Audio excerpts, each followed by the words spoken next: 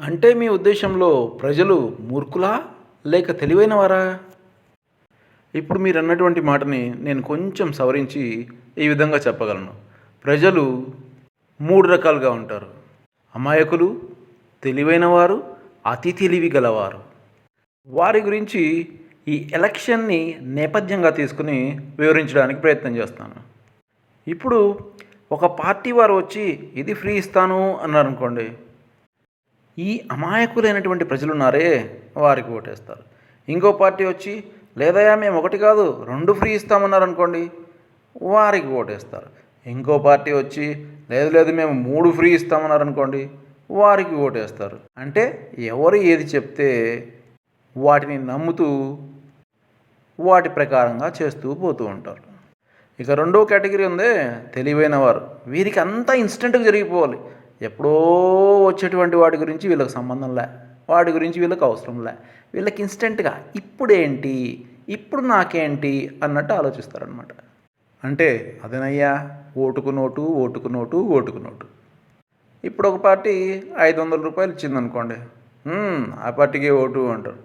ఇంకో పార్టీ వచ్చి 1000 రూపాయలు అన్నదనుకోండి, అదే పార్టీకే అంటారు. ఈ విధంగా పార్టీలు 50 రూపాయల నుంచి స్టార్ట్ చేసి ఇప్పుడు ఒక్కొక్క ఓటుకి 5,000, 10,000 రూపాయల దాకా పే చేస్తున్నాయి.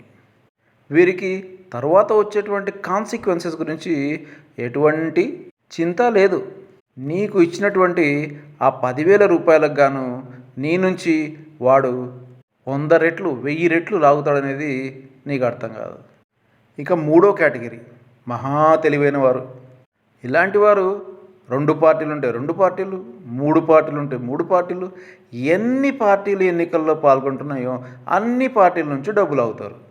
వీడు ఓటుకు 500 ఇస్తే తీసుకుంటారు, వాడు ఓటుకు 1000 రూపాయలు ఇస్తే తీసుకుంటారు, ఇంకొకడు ఓటుకు 10,000 ఇచ్చినా తీసుకుంటారు. మరి ఓటు ఎవరికి వేస్తారనుకుంటున్నారు?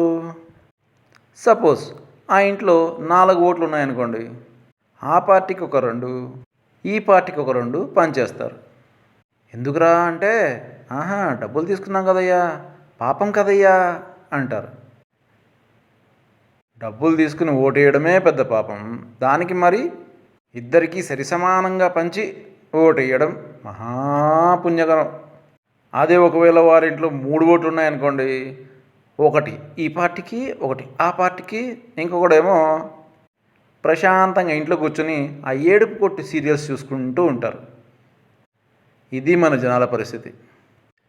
వీళ్ళందరికీ తెలియదు ఏంటంటే మనకు ఇప్పుడు ఏమొచ్చింది అని ఆలోచిస్తారే కానీ తర్వాత ఏం జరుగుతుంది అని మాత్రం ఆలోచించరు. ఆ విధంగా లక్షలు కోట్లు గుమ్మరించి గెలిచినటువంటి నాయకుడు ఆ డబ్బుల్ని మరి రికవరీ చేసుకోడంటారా? ఒకవేళ మనం ఏదైనా సమస్య వచ్చి ఆ నాయకుడి దగ్గరికి ఆ సమస్యను తీర్చమని వెళ్ళామనుకోండి, వాడేమన్నా ఊరికే చేస్తాడా? ఏమయ్యా అప్పుడు ఓటుకు 10,000 తీసుకోలే అని అన్నా ఏంటి? అయినా ఆడి దగ్గర డబ్బులు తీసుకొని ఆడి దగ్గరికి సమస్య తీర్చమని వెళ్ళడానికి మనకు సిగ్గు ఉండదా, చీము ఉండదా, నెత్తురు ఉండదా?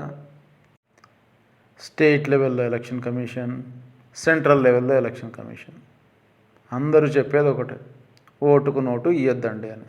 కానీ నోట్లు ఓట్ల కోసము కాలువలై పారుతున్నా కానీ ఏమీ పీకలేరు. అయినా ఇటువంటి శాసనాలు తయారు చేసేదంతా కూడా ఎమ్మెల్యే ఎంపీసే కదా. చట్టాలు చేసేది చట్టసభలే, అంటే ఎమ్మెల్యే ఎంపీసే. కాబట్టి వారెప్పుడు వారిని రక్షించుకుంటూ చట్టాలను చేస్తారే కానీ వారి కాళ్ళను వాళ్ళే నరుక్కుంటూ ఎటువంటి చట్టాలు చేయరు. నువ్వు ఓటుకు నోటు తీసుకుంటున్నావు కాబట్టే ఎలక్షన్ సమయంలో నీ పిల్లకాయకి గుద్దగడిగినటువంటి క్యాండిడేట్ కూడా గెలిచిన తర్వాత కారులో నీ ముఖం కూడా చూడకుండా పోతాడు. కారణం ఏంటి? నువ్వు డబ్బులు తీసుకున్నావు కదా ఓటుకి. ఊరికే అయితే కన్నా ఓటు వేయలే కదా. ఎవడైతే నీకు మంచి చేస్తాడో, ఎవడైతే నీకు చెడు చేస్తాడో అన్నటువంటి ఇంగిత భావన అనేటువంటిది పెట్టుకొని నువ్వు ఓటు వేయలేదు కదా. ఈ వీడియోలో డిస్కస్ చేసినటువంటి దాంట్లో 10% కరెక్ట్ అని మీకు అనిపించినట్లయితే కూడా ప్లీజ్ లైక్ చేయండి, సబ్స్క్రైబ్ చేయండి, షేర్ చేయండి. Thank you.